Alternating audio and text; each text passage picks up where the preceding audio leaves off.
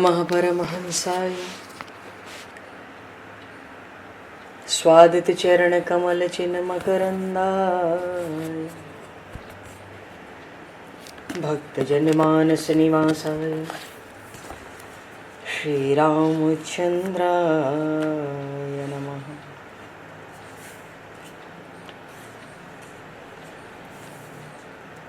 वंदे विदेहतनया पदपुंडरीकं केशौरसौरभसमाहत योगिचेतं हन्तुं प्रतापमनिशं मुनिहंससेव्यं सन्मानशालिपरिपीत परागपुञ्जम्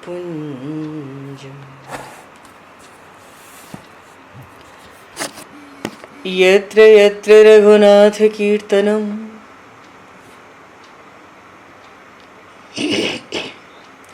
तत्र तत्र कृतमस्तकाञ्जलिं बाष्पवारि परिपूर्णलोचनं मारुतं नमत राक्षसान्तकं कुन्द इंदुसमदेह उमारमण करुणायन जाहि दीन परनेह करहु कृपा मर्दन मयन।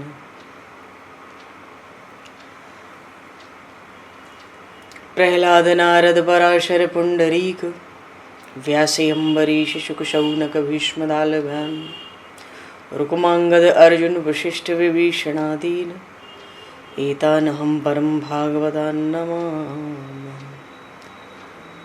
श्री सीतानाथ समारंभां श्री रामानन्दार्य मध्यमाम् अस्मदाचार्य पर्यन्तां वन्दे गुरु परम्पराम्।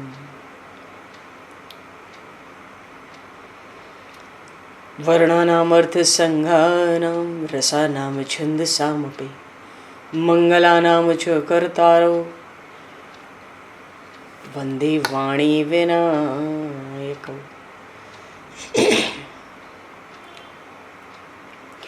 नान्यास्पृहा रघुपते हृदये स्मदीये सत्यं वदामि च भवान् किलान्तरात्मा भक्तिं प्रयक्ष रघुपुङ्गवनर्वरां मे कामादिदोषरहितं कुरु मानसं च। भक्त भक्ति भगवंत गुरु चतुर्नाम वपु एक तिनके पद वंदन के नाशहि विघ्न अनेक। बंधु तुलसी के चरण जिनकी न्यो जग काज कल समुद्र घोरत लगो प्रगट्यो सप्त जहान। श्री गुरु चरण सरोज रज निज मन मुकुर सुधार वर्णो रघुवर विमल यश जोदायक फलचार। हरिशरण श्री राम जय राम जय जय राम श्री राम जय राम जय जय राम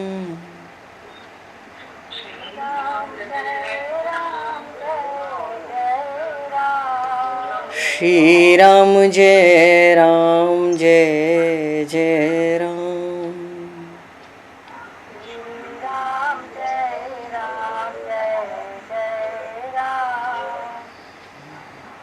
जय सिया राम जय जय हनुमान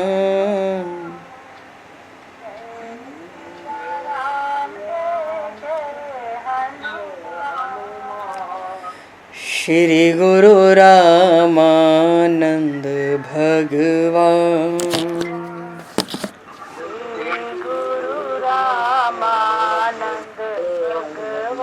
श्री गुरु रामानंद भगवान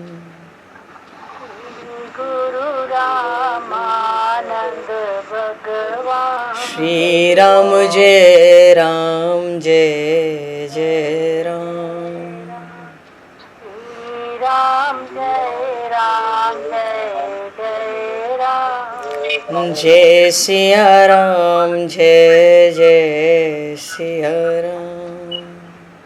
जय सिया राम जय जय सिया राम। जय सिया राम जय जय सिया राम।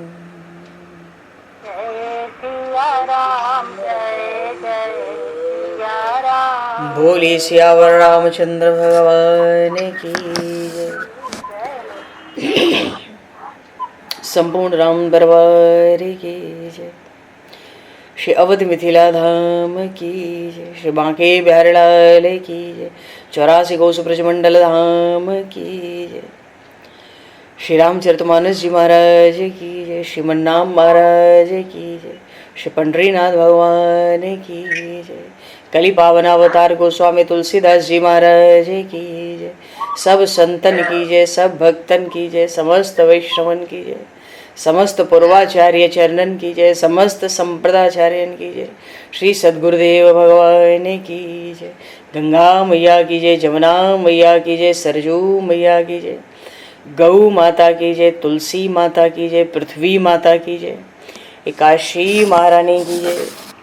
जय जय श्री सीताराम, जय जय श्री राधेश्याम। नमः पार्वती पते हर हर महादेव। हरिशरणम। अनंत कोटि ब्रह्मांड नायक सर्वेश्वर पूर्ण परात्पर ब्रह्म असंख्य कल्याण गुणगणलय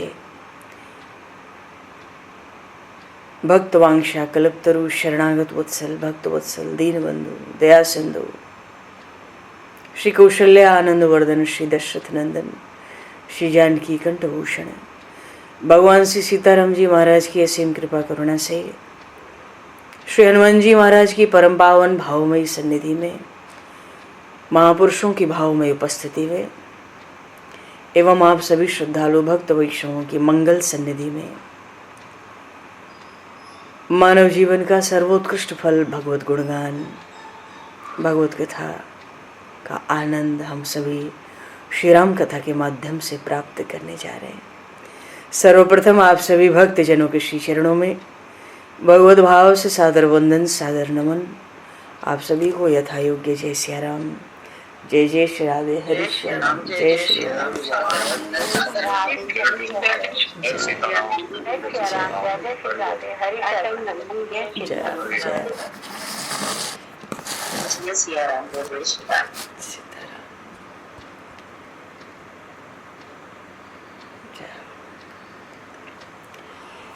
श्री रामचंद्र चरणों मनसा स्मरामि। श्री रामचंद्र चरणों वचसा गृणामि। श्री रामचंद्र चरणों शिरसा नमामि। श्री रामचंद्र चरणों शरणं प्रपद्ये।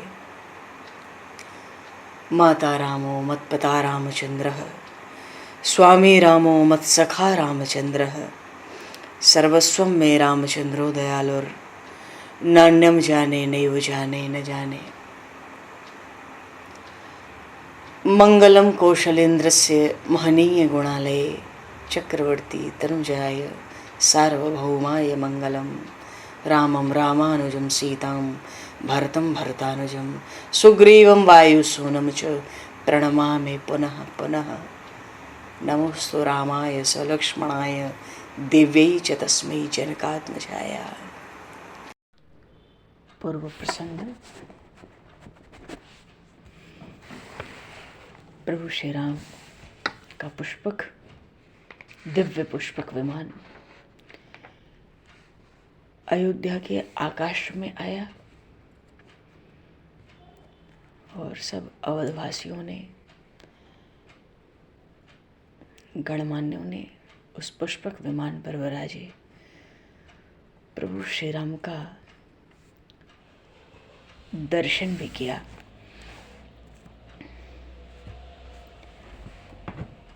अच्छा, ये है उत्तरकांड।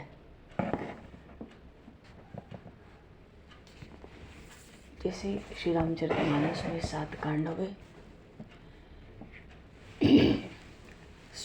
7 मोक्ष दायिनी पुरियाँ 7 सोपान के रूप में श्री रामचरितमानस को तो मानस सरोवर की उपमा दी गई।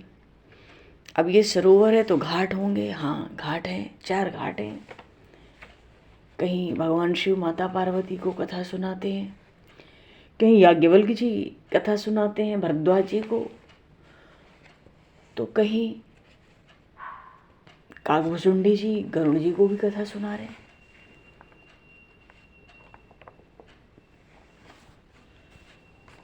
और गोस्वामी जी तो अवध में शरणागति के घाट पर साधु संतों के बीच में कथा कह ही रहे हैं।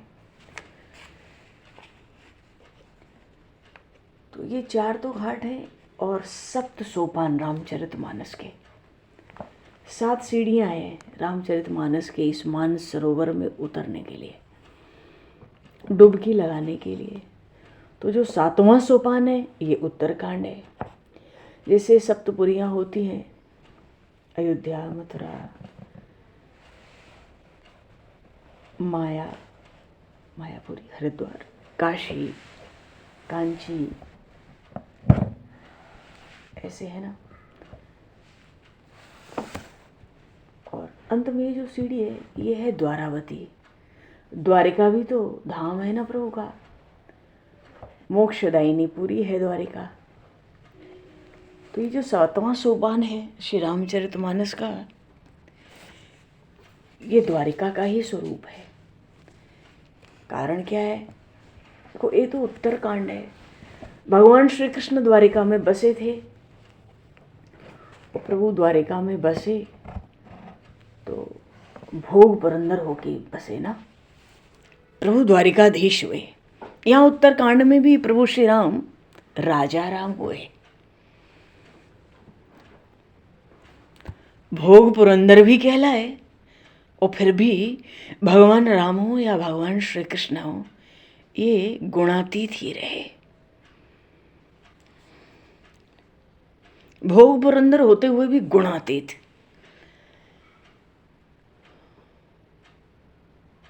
अच्छा, ये सारी लीला है परमात्मा की उस पराभक्ति की, पर ब्रह्म की उस परा शक्ति की। हनुमान जी भी जब आए थे सुंदरकांड के प्रसंग में, तो श्री सीता जी तो पराभक्ति हैं। जहाँ पराभक्ति होती है वहाँ कोई शोक तो रह नहीं सकता। इसलिए सीता जी जहाँ रहती हैं उस स्थान को हनुमान जी ने देखा, ये तो अशोक वन है, अशोक का दुख का तो नामो निशान नहीं है, इसलिए अशोक वन का नाम दिया गया। तो जीवन का शोक दूर का वो हमारा महापुरुष कहते हैं ब्रह्म दृष्टि के सिद्ध होने पर। जब हमारी ब्रह्म दृष्टि सिद्ध हो जाती है तो फिर जीवन में कोई दुख शोक रहता नहीं है। या हम ऐसे कहें कि भगवान परमात्मा के द्वारा जीव को अपनाया जाए, तो जब परमात्मा जीव को अपना लेते हैं उसके बाद जीव को कोई शोक या मोह कुछ भी नहीं रहता। तो श्री जानकी माता ये पराभक्ति का स्वरूप है। इसका दर्शन किसको होता है? हनुमान जी भी तो समुद्र लांघ कर गए, तब जाके पराभक्ति का दर्शन हुआ था।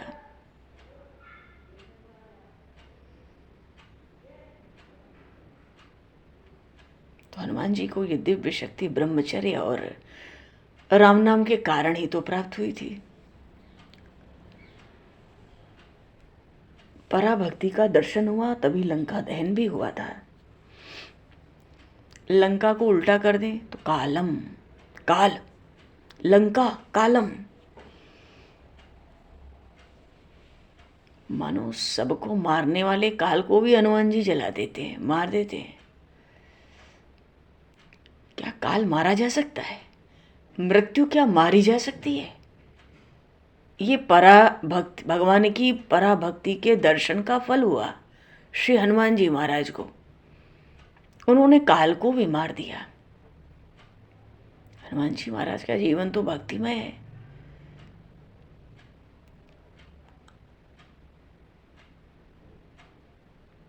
तो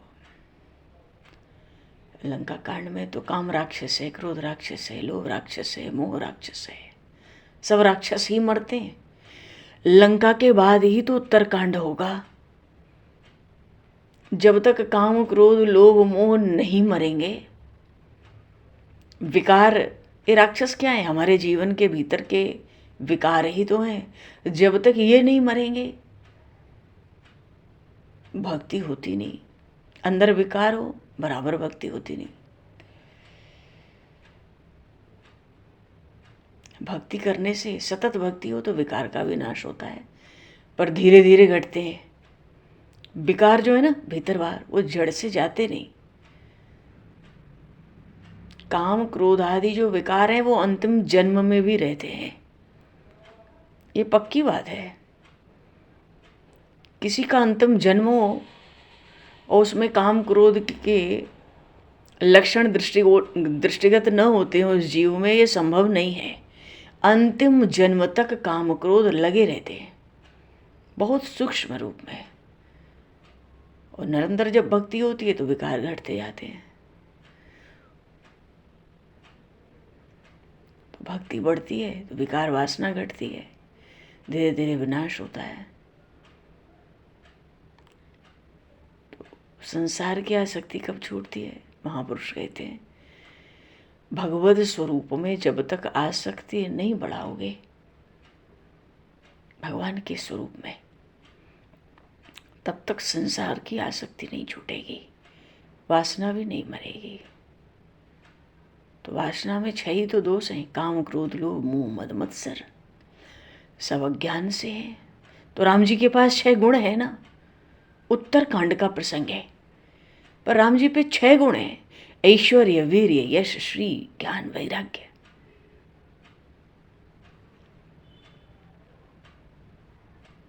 प्रभु के नाम में पूरी तन्मयता होती है तो सद्गुण हमारे जीवन में आते हैं। पर पराभक्ति का दर्शन तो तभी होता है जब वासनाओं का नाश हो जाता है। तो सुंदरकांड में पराभक्ति का दर्शन किया हनुमान जी महाराज ने। युद्ध के कांड में, लंका के कांड में इन राक्षसों का विनाश हुआ तो पीछे उत्तरकांड आया। वैसे भी हमारे भी जीवन में ये काम क्रोध लोभ मोह, ये जो राक्षस हैं, ये मरे तो हमारा उत्तर जीवन मंगलमय बने। उत्तर जीवन का अर्थ है शेष जीवन। इसलिए द्वारिका, सप्तपुरियों में उत्तरकांड की उपमा द्वारिका धाम से है। भगवान श्री कृष्ण, भगवान राम ये राजाधिराज होकर रहे हैं द्वारिका। भगवान श्री कृष्ण द्वारिका में रहे, भगवान श्री राम उत्तरकांड में, राजा राम, राजा राम। भोग पुरंदर भी है। भोग में, ऐश्वर्य में इंद्र से बढ़कर पुरंदर इंद्र का नाम है।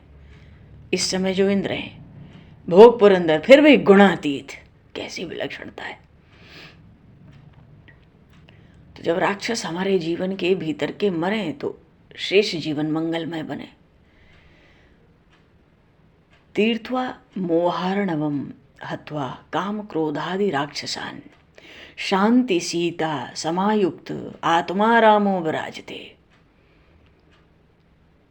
जब पूर्व में रावण मरेगा तो उत्तरकांड सुंदर बनेगा। ये तो यही बात हुई कि यौवन काल में जो काम को मारे तो फिर उसकी जो उत्तर अवस्था होगी, जीवन का जो शेष आगे का भाग होगा, सुखमय शांतिमय होगा। अच्छा, जब सूक्ष्म वासना का भी नाश हो जाता है तभी आत्मा रामो विराजते। भगवान के परम धाम में प्रवेश तभी मिलता है, मुक्ति तभी मिलती है। वस्तुतः श्री रामचरितमानस के उत्तरकांड में काकभुसुंडी जी और गरुड़ जी के संवाद की कथा आती है। तो ये कथा क्या है? भक्ति ज्ञान का मधुर समन्वय। ज्ञान भी और भक्ति भी बराबर। अच्छा, काकभुसुंडी जी को सत्संग कहाँ मिला? लोमश ऋषि के पास उनके साथ सत्संग हुआ। तो कागभूषुंडी जी ने सुना तो लोमश ऋषि से, सुनाया किसको? भगवान नारायण के प्रधान पार्षद गरुड़ जी महाराज को।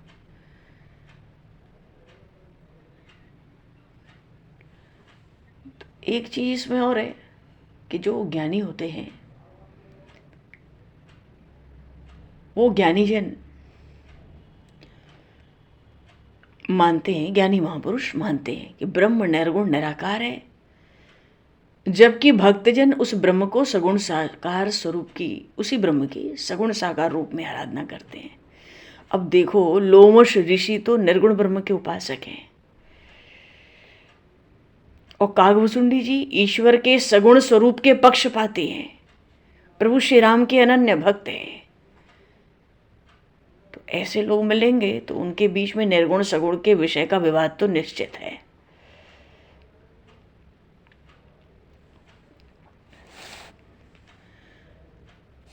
उत्तरकांड बड़ा सुंदर। अच्छा देखो, पूर्व प्रसंग में प्रसंग चल रहा था कि प्रभु श्री राम अयोध्या के आकाश में पुष्पक पर विराजमान है। बोलिए श्री राघवेंद्र सरकार की जय। और श्री हनुमान जी महाराज, अच्छा हनुमान जी महाराज तो पहले ही संदेश सुना गए थे कि प्रभु आ रहे हैं। तो हनुमान जी महाराज ने जी क्या संदेश सुनाया? के की कंठावनीलम सुरवर विलसद विप्रपादाब्ज चिन्नम शोभाढ्यम पीतवस्त्रम सरसिज नयनम सर्वदा सुप्रसन्नम पाणौ नाराज चापम कपिनकर युतम बंधुनाम सेव्यमानम नौमिड्यम जानकीशम रघुवर मनीशम पुष्पकारूढ़ रामम। हनुमान जी महाराज ने प्रभु का समाचार दिया। प्रभु आकाश मार्ग से आ रहे हैं, पुष्पक विमान से आ रहे हैं। अच्छा, हनुमान जी महाराज ने भरत जी महाराज को प्रसंग सुनाया। पहले तो समाचार सुनाया। जा सुबिरह सोचो दिन राति रटहु निरंतर गुणगन पाती रघुकुल तिलक सुजन सुखदाता आयु कुशल देव मुनि त्राता रिपुरण जीत सुजत सुर गावत सीता सहित अनुज प्रभु आवत। इतना सुनने के बाद भरत जी का कोई दुख बचता, कोई शोक रह जाता क्या?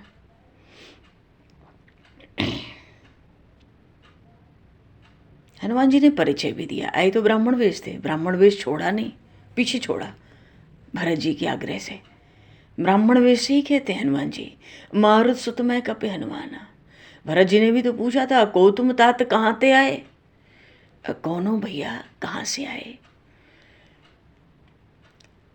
मुझे तो ऐसा लगता है मिले आज मोहि राम प्री थे, राम से प्यारे लगते हो, मेरे स्वामी का समाचार लेकर आते हो। हनुमान जी ने कहा, मैं तो पवन पुत्र हनुमान, दीन बंधु रघुपति कर किंकर। खूब प्रेम से मिलन हुआ हनुमान जी महाराज का, भरत जी महाराज का। बार बार कुशल पूछते हैं, एक बार पूछी, दो बार पूछी, तृप्ति नहीं होती। भरत जी को लगता है कुछ सुन ही नहीं पा रहा हूं ठीक से, ऐसा भावावेश है। बार बार बूझी कुशलाता।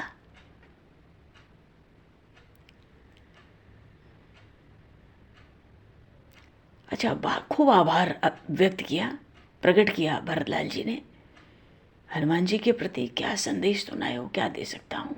नाहिन तात ओरिन मैं तो ही, ये तो ऐसा शुभ समाचार है मेरे लिए, इसके लिए मैं कुछ भी पुरस्कार देने में, आप जो चाहो सो पाओ, पर उस कोई ऐसा त्रिभुवन में, ऐसा सृष्टि में पुरस्कार नहीं है जो इस समाचार की समता कर सके। इसलिए मैं तुम्हारा सदैव के लिए ऋणी रहूंगा, मुझे ये समाचार सुनाने के लिए। हे हनुमंत लाल, मैं सदैव ही तुम्हारा ऋणी रहूंगा। एक बात वहां भरत जी महाराज ने कही थी, क्योंकि देखो शाम को ही भगवान श्री राम ने हनुमान जी को भेज दिया था। हनुमान जी प्रयागराज नहीं गए थे, दूर से दर्शन किया था, गए नहीं थे। भरद्वाज जी के आश्रम हनुमान जी नहीं गए थे। प्रभु ने तभी कहा, श्रृंगवेरपुर जाओ, समाचार दो निषाद राजगुह को, और अवध जाओ, भरत को कुशल सुनाओ और उसकी कुशल लेकर आओ। पर कितना समय दिया? अब सुबह तक तो भगवान प्रयागराज में ही थे। सुबह त्रिवेणी स्नान करके प्रभु चले, और कहाँ तो जब लक्ष्मण जी महाराज को शक्ति लगी थी तो उतने ही समय में लंका के द्वीप से हिमालय, और हिमालय से फिर लंका, और फिर रात्रि में अयोध्या, फिर अयोध्या जाकर राजभवन में जाना, सबको विधिपूर्वक प्रभु का समाचार सुनाना। पर प्रयागराज और ये श्रृंगवेरपुर अवध में कितनी दूरी है? पूर्व प्रसंग में देखें तो ऐसी कोई दूरी नहीं है। बार बार कुशल पूछते हैं, इसलिए पता चल गई ना, प्रभु तो रात को प्रयाग में। कल हनुमान जी ने भी कहा कल मध्याह्न तक प्रभु अयोध्या आएंगे, पुष्पक से ही आएंगे। तो और निश्चिंतता थी भरतलाल जी महाराज को कि उस बार तो हनुमान आए थे तो ज़्यादा समय नहीं था, पर अभी तो इन पवन पुत्र के पास खूब पर्याप्त समय है। तो इस बात का विचार करके भरतलाल जी हनुमान जी महाराज से कहते हैं कि अब प्रभु चरित सुनावहु मोहि।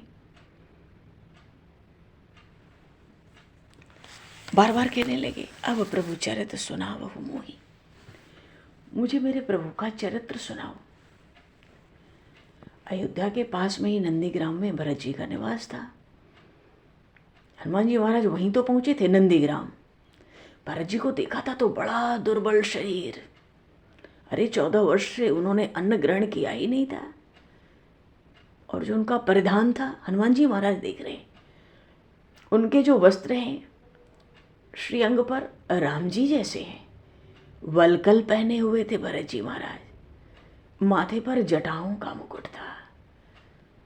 हनुमान जी महाराज देखते हैं सिंहासन पर पादुकाएं स्थापित हुई थी, और श्री सीताराम नाम का कीर्तन कर रहे थे। भरत जी जब मिले हनुमान जी उस समय तन्मय हो रहे थे। भरत जी महाराज स्मरण कर रहे थे प्रभु का, मुझे प्रभु ने अपनी सेवा में नहीं रखा, मैं भागा हूँ, मेरा लक्ष्मण भाग्यशाली है। अब तो वो अवधि पूर्ण हो रही है, पर अभी तक कोई समाचार नहीं मिला। पर उसी समय भरत जी को अनेक शुभ शकुन भी तो होने लगे थे।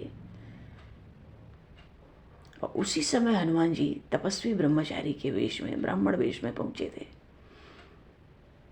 और भरत जी का दर्शन किया तो हनुमान जी की आंखें भीनी हो गई।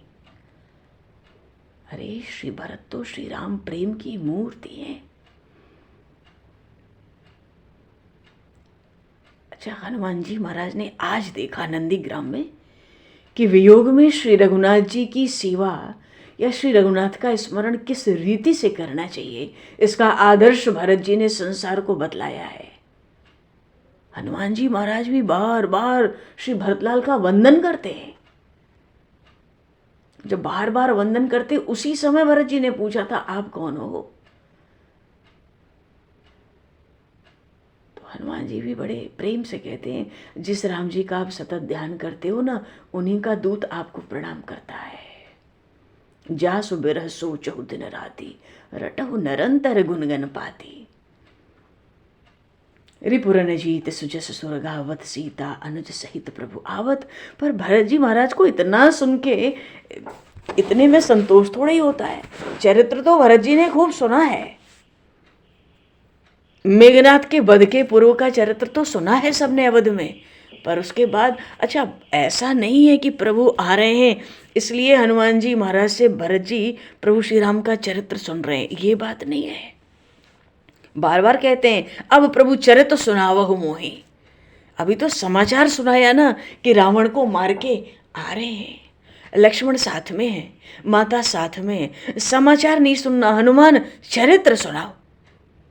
हनुमान चरित्र। अच्छा, जब भगवान विश्वामित्र जी के साथ ले गए थे, विश्वामित्र जी भगवान श्री राम लक्ष्मण को ब्याह के बाद लौटे तो लक्ष्मण जी को जब देखो लक्ष्मण जी महाराज को जब देखो भरत जी पकड़ लेते एकांत देख के, और कहीं एकांत में ले जाते और कहते मुझे प्रभु का मेरे चरित्र सुनाओ। इतने दिन प्रभु ने क्या क्या किया, महर्षि विश्वामित्र के साथ आप गए, मेरे स्वामी ने क्या क्या किया। हनुमान जी महाराज से लक्ष्मण जी महाराज से बार बार भरत जी चरित्र सुनते।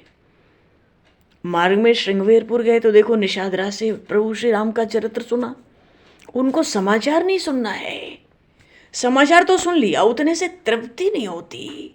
भरत जी को बारंबार चरित्र सुनने की इच्छा होती है। चित्रकूट पहुंचे, मार्ग में जहां जहां जाते बैठ बैठ के प्रभु के सब चरित्र सुनते जाते विस्तार पूर्वक। देखो इतना संकट का समय था, हनुमान जी महाराज द्रोणाचल लेके जा रहे थे। पहले तो हनुमान जी गिरे मूर्छित होके, किसी तरह जगह तो अवध में ले गए। बोलते नहीं नहीं, राजमाताओं को तुम ही समाचार सुनाओगे, क्योंकि समाचार तो हनुमान जी ने दे दिया। भरत जी को तृप्ति नहीं होती थी। चरित्र माता कहेंगी चरित्र सुनना, वहां चरित्र सुनेंगे अपने स्वामी के। उस समय तो विलंब था, आज तो कोई विलंब भी नहीं हो रहा है। कल दोपहर तक रघुनाथ आएंगे।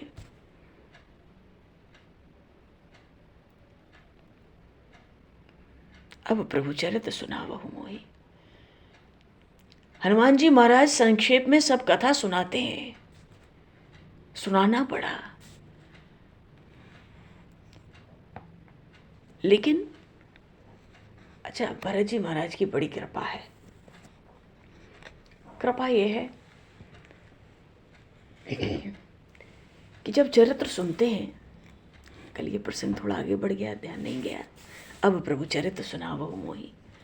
अच्छा, हनुमान जी महाराज चरित्र सुनाए तो वो भी तो कितना अद्भुत चरित्र होता है, कैसी अद्भुत वाणी होती है। और फिर जब राज सदन में अयोध्या के पहुंचते हैं तो अब तो आराम से रघुनाथ की प्रतीक्षा कौन नहीं कर रहा है। कितनी आतुरता, कितनी व्याकुलता। प्रभु तो अब आ ही गए हैं। पर इसी बीच में श्री भरतलाल जी महाराज के आग्रह से, बार बार आग्रह करने से, हनुमान जी की कहाँ इतनी विसात थी कि भरतलाल जी महाराज कोई आग्रह करें। अरे मेरे स्वामी श्री राम, उनके तो भाव प्राण इन भरत में लगे। भरत जी को भी तो बहुत समय के बाद आज फिर से अपने प्राण प्रिय स्वामी का समाचार मिला। कहाँ हैं वे, कैसे हैं, कब पधार रहे हैं। इतनी उत्सुकता, इतना उल्लास, इतना आनंद छा गया।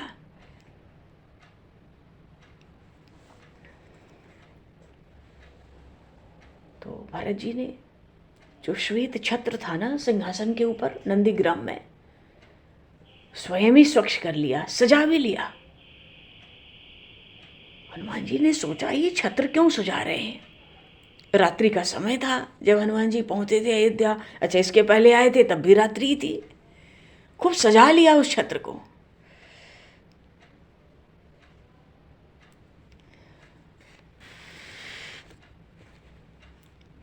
और कहते हैं कि देखो अब हमारे साथ राज सदन चलो।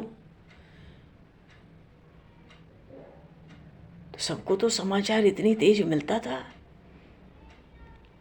क्या कहना है, सर्वत्र आनंद वैभव उमड़ पड़ा था अयोध्या में इस सुखद समाचार के साथ ही। अब तीनों माताएं, तीनों वधुएं, राजवधुएं, शत्रुघ्न कुमार ने तो सब जगह बात। अच्छा, उसी बीच में हनुमान जी महाराज से आग्रह करके भरत जी महाराज ने कहा आप अपने अपने सहज स्वरूप में आओ। क्यों, उस स्वरूप को सब पहचानते हैं। दूर से भी अवध में जितने देखते जाएंगे मानो सबके प्राण जीवित होते चले जाएंगे। अंतिम दिन था अवधि का। हनुमान जी महाराज ने अपना वेश धारण किया भरत जी के कहने से। महर्षि वशिष्ठ आए, सब मुनिगण साथ में आए, मंत्री लोग आ गए, सब प्रधान राजनागरिक भी पहुंच गए। पर हनुमान जी के साथ भरत जी रथ में बैठ गए। आज फिर 14 वर्ष में आज दूसरी बार। पहली बार हनुमान जी आए थे तब भी क्योंकि शीघ्रता करनी थी, तो रथ में बैठे थे अयोध्या के राज सदन की ओर। आज फिर से रात्रि में नगर में भरत जी महाराज आ रहे हैं और सब देख रहे हैं, अरे ये तो वही बानर है। तो भरत जी का अनुरोध था, हनुमान जी ने अपना वो विप्र रूप त्याग दिया था, सबके सामने बानर रूप से आए। अरे अभी पिछले ही दिनों तो द्रोणाचल लेके जा रहे थे, सब परिचित हो गए थे, सब देख के अतिशय प्रसन्न हो गए। अब पवन पुत्र पहुंचे तो देखो ये तो अयोध्या का राज सदन है। सबसे पहले महर्षि जनों को, फिर माताओं को, फिर राजवधुओं को, सबकी पद वंदना की अलग अलग हनुमान जी महाराज ने। और जब हनुमान जी आए थे तो पहली ही यात्रा में श्री जानकी माता के हरण का, कबंध का वध, खरदूषण का वध, सुग्रीव जी की मित्रता, श्री जानकी माता की खोज, विभीषण से मिलन, समुद्र पर सेतु का ये सब तो पहले ही सुना दिए थे। जहाँ तक कुमार लक्ष्मण को शक्ति लगी थी वहाँ तक का तो सब वृत्तांत हनुमान जी महाराज पहले ही सुना चुके थे अयोध्या के राज सदन में। अब आगे का वृत्तांत सुनाना था, समाचार नहीं, वृत्तांत। हनुमान जी महाराज ने सबकी अलग अलग पद वंदना की और पद वंदना करके कहते हैं जब मैं यहां से गया तो कुंभकर्ण आया था। प्रभु श्री राम ने धनुष पर प्रत्यंचा चढ़ाकर कुंभकर्ण के साथ बड़ा भयंकर युद्ध हुआ था। फिर मेरे स्वामी राम ने कुंभकर्ण के हाथ काट डाले। उसका हाथ भी बड़ा भयंकर था। कटा हुआ हाथ भी बानर की सेना पर गिरता था तो लाखों करोड़ों में बानर मरते थे, नीचे दब के मर गए। उसने माया करके भयंकर रूप धारण किया। मेरे स्वामी ने उसके मुख पर ही प्रहार किया। देवता गंधर्व मेरे स्वामी श्री रघुनाथ से प्रार्थना करने लगे थे। ये मरने में नहीं आता था। सबने प्रार्थना की आकाश से, इसको अब अधिक मत खिलाओ, हे नाथ आप इसको जल्दी मार दो। तो श्री रघुनाथ जी ने इंद्रास्त्र का प्रयोग करके कुंभकर्ण का माथा काट डाला। गिर गया कुंभकर्ण। देव गंधर्वों ने श्री रघुनाथ जी की स्तुति की और कहते थे ये देवताओं को अत्यंत कष्ट देता था, आज आपने इसका उद्धार कर दिया, आज हम सब निर्भय हो गए, आज पृथ्वी का भार उतर गया। पर रावण को जब समाचार मिला कुंभकर्ण मारा गया, बड़ा व्याकुल हुआ। भ्रातरम निहतम श्रुत्वा कुंभकर्णम महाबलम रावण शोक संतप्तो रामेण क्लिष्ट कर्मणा मूर्छितः पतितो भूमावुत्थाय विलपाय। रावण तो मूर्छित होकर गिर पड़ा था, विलाप करता था। इंद्रजित आया था आश्वासन देके, यज्ञ करना चाहता था। रक्त माल्याम्बर धरो रक्त गंधानुलेपन निकुंभलास्थे मोनी हव नायोपचक्रमे। हनुमान जी ने स्पष्ट बताया राज सदन में ये मेघनाथ कैसा यज्ञ करता था, अभिचार का, शत्रु के वध के लिए अभिचार का यज्ञ। विभीषण जी को पता पड़ी, प्रभु श्री राम ने आज्ञा दी हम सब मिलके इंद्रजित का यज्ञ विध्वंस करें। पर प्रभु श्री राम ने पहले तो यही कहा कि मैं जाता हूं, इंद्रजित का संहार करता हूं। पर विभीषण जी जानते थे इंद्रजित को ब्रह्मा जी का वरदान था, जो 12 वर्ष तक जिसने निद्रा और आहार का त्याग किया हो उसी के हाथों इसका मरण होगा। मानो जो पूर्ण इंद्रिय जित हो वही इंद्रजित मेघनाथ को मार सकता था। देखो रावण तो काम का स्वरूप था और ये इंद्रजित मोह का स्वरूप था।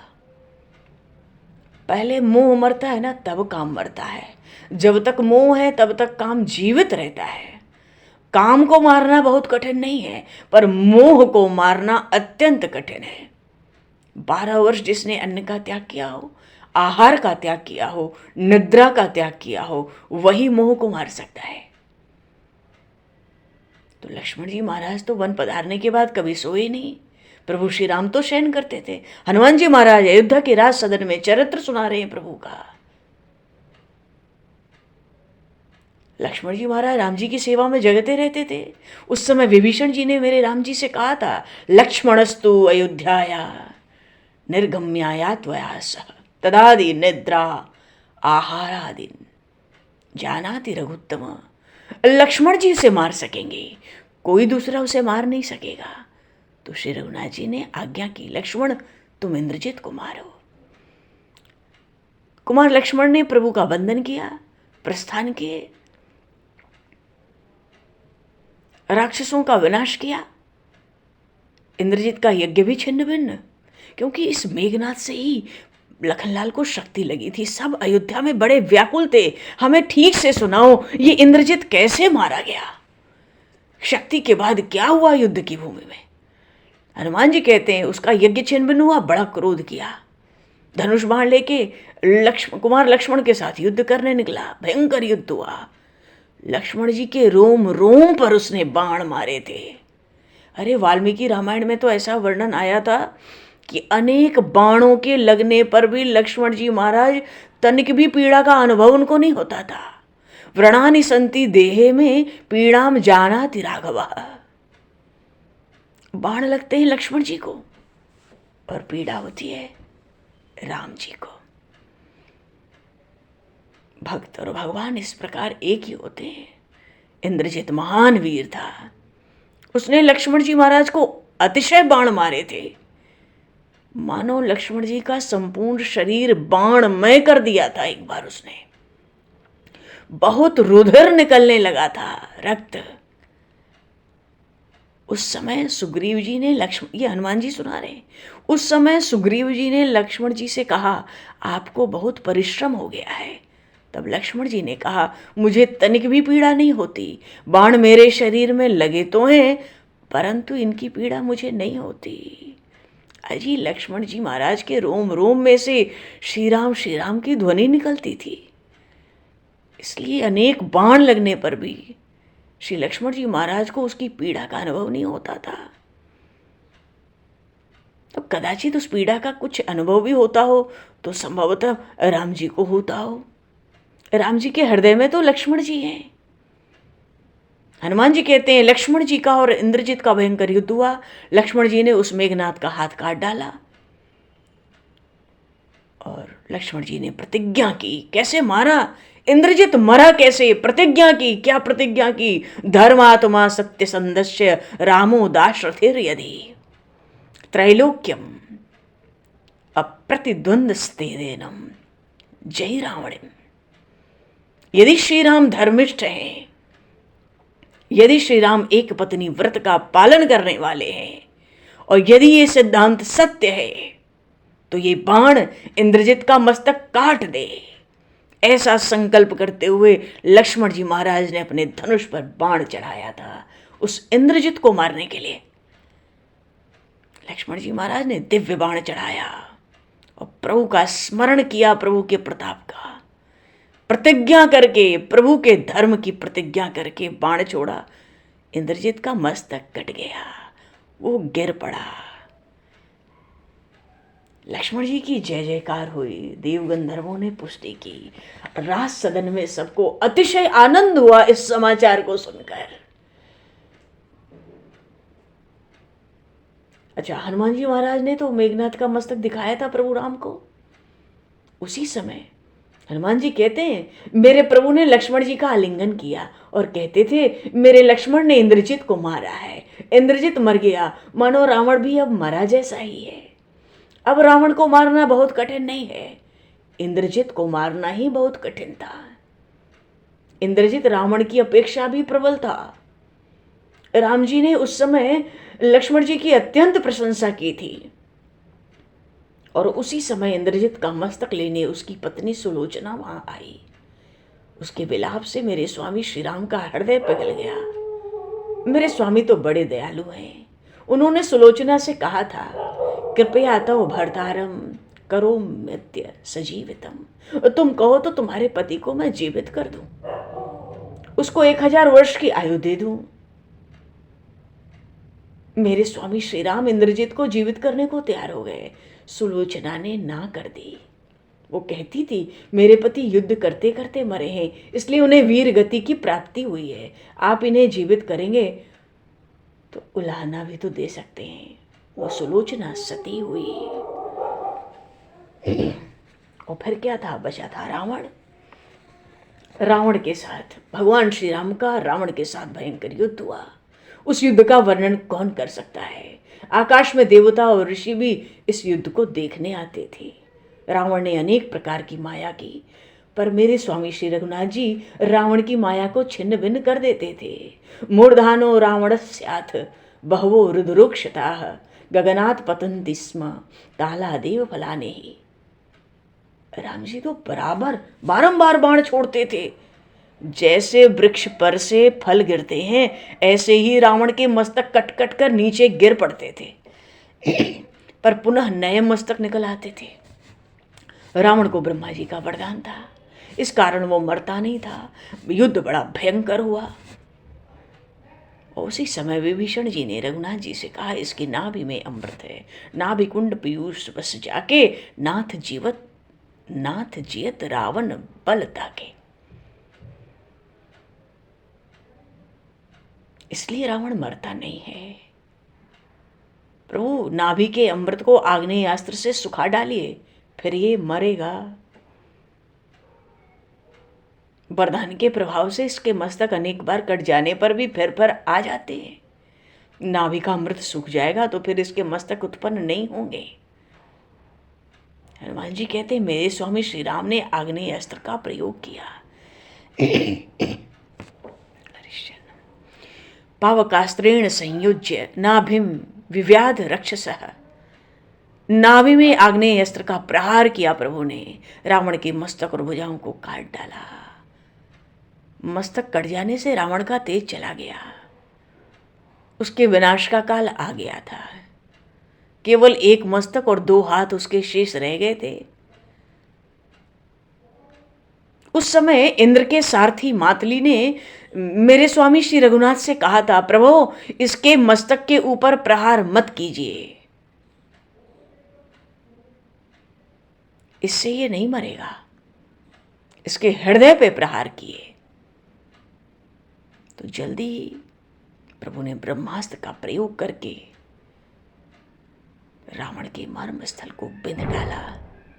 और फिर महर्षि अगस्त ने भी तो राम जी को ब्रह्मास्त्र का उपदेश दिया था, आदित्य हृदय स्त्रोत। तो ब्रह्मास्त्र से प्रभु ने रावण के हृदय पे प्रहार किया।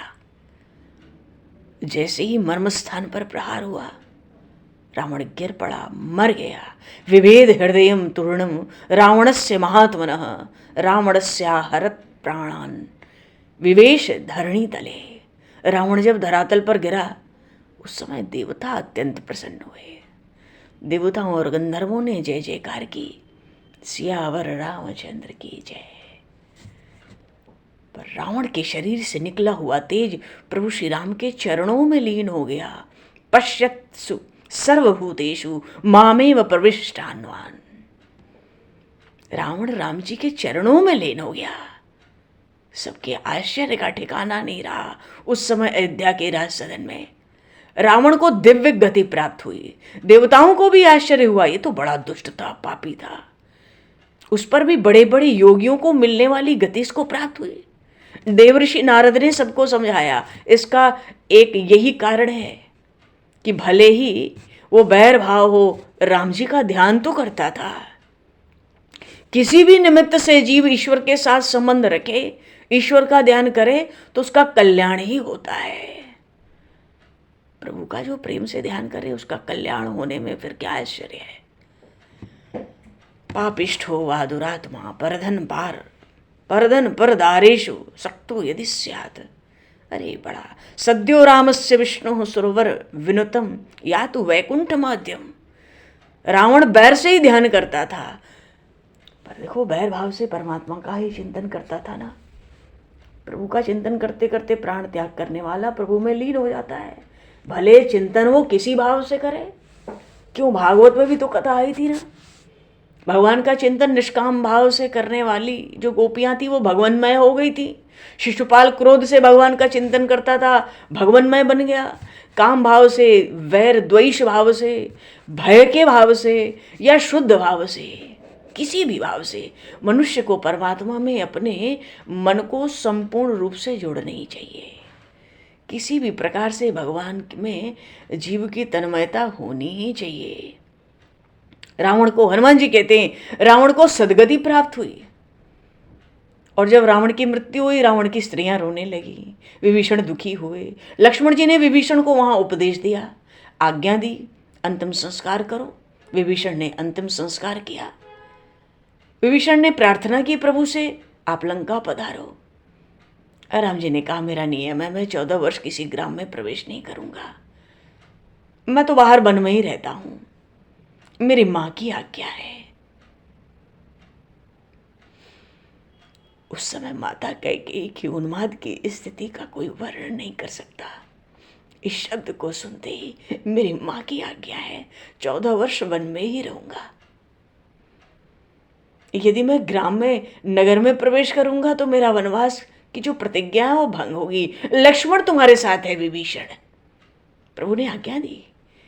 लक्ष्मण जी ने विभीषण जी को गद्दी पर, लंका की गद्दी पर बैठा के राज्याभिषेक किया।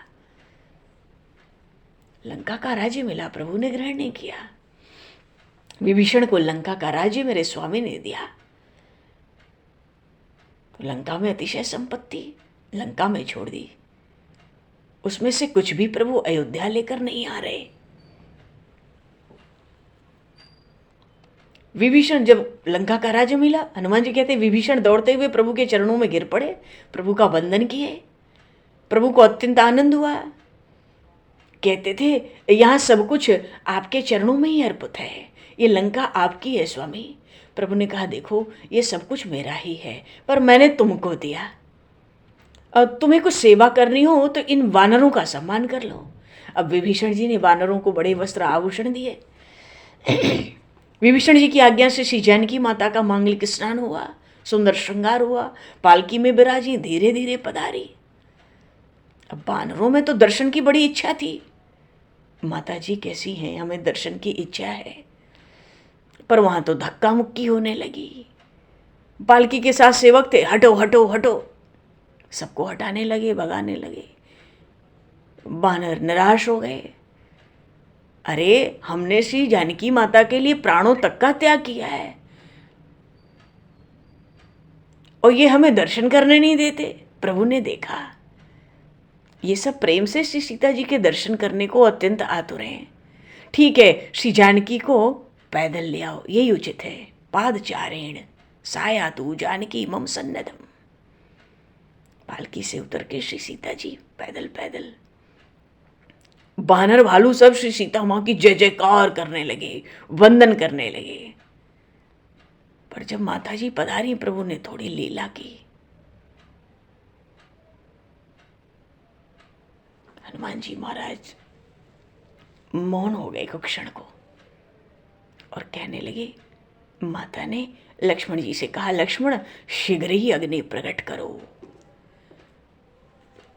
और जैसे ही अग्नि प्रकट हुई, माता सीता ने दोनों हाथ जोड़ के कहे, जो मन बच क्रम मम उर माही, तज रघुवीर आन गति नाही, तो कृशान सब कह गति जाना, मोह कहूँ हो श्रीखंड समाना।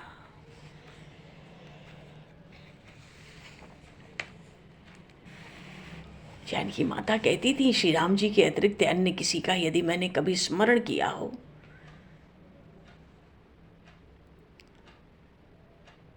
मैंने पातिव्रत धर्म का बराबर यदि पालन किया हो, तो हे अग्निदेव आप चंदन जैसे शीतल हो जाओ। श्री जानकी माता अग्नि में प्रवेश करती हैं। माताएं मानो मूर्छित होकर राज सदन में गिर जाती हैं,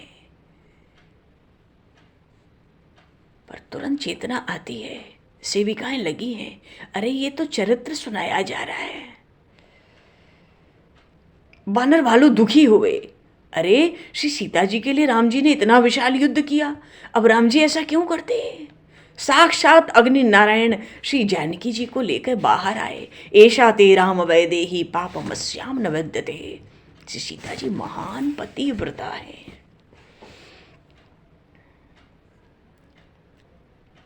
उर्मिला जी का स्वर सुनाई पड़ा, धन्य है मेरी जीजी, तुम्हारे ही योग्य निर्णय किया तुमने। अग्नि तुम्हारे स्पर्श करने की शक्ति कभी पा नहीं सकती। पर हनुमान जी महाराज ने इस प्रसंग को तुरंत, वो तो कहते हैं प्रज्वलित चिता भगवती के प्रवेश करते ही शांत हो गई। स्वयं अग्निदेव देवी को लेकर प्रकट हुए। उन्होंने श्री रघुनाथ को आज्ञा दी, ये देवी इनको स्वीकार करो। पर बड़ा अप्रिय समाचार था। हनुमान जी ने मौन साध लिया। मांडवी जी कहती है, आज मेरी जीजी तो पहले से ही भूमि सुता थी, अब तो वो अनलात मजा भी हो गई। चलो हनुमान जी कहते हैं, विभीषण जी ने प्रभु को तो मेरे प्रभु श्री राम के वो तो भक्त वत्सल हैं, उनके भाव प्राण तो भाई भरत जी से मिलने में लगे थे। हनुमान जी कहने लगे, इसलिए विभीषण जी ने यात्रा के लिए पुष्पक विमान प्रस्तुत किया। पुष्पक मार्ग में केवल सागर के तट पर किष्किंधा पर उतरा और आज शाम से पूर्व दिव्य विमान प्रयाग पहुंच गया है। महर्षि भरद्वाज का आग्रह श्री रघुनाथ को स्वीकार करना पड़ा है। रात्रि विश्राम महर्षि भरद्वाज के आश्रम में ही है।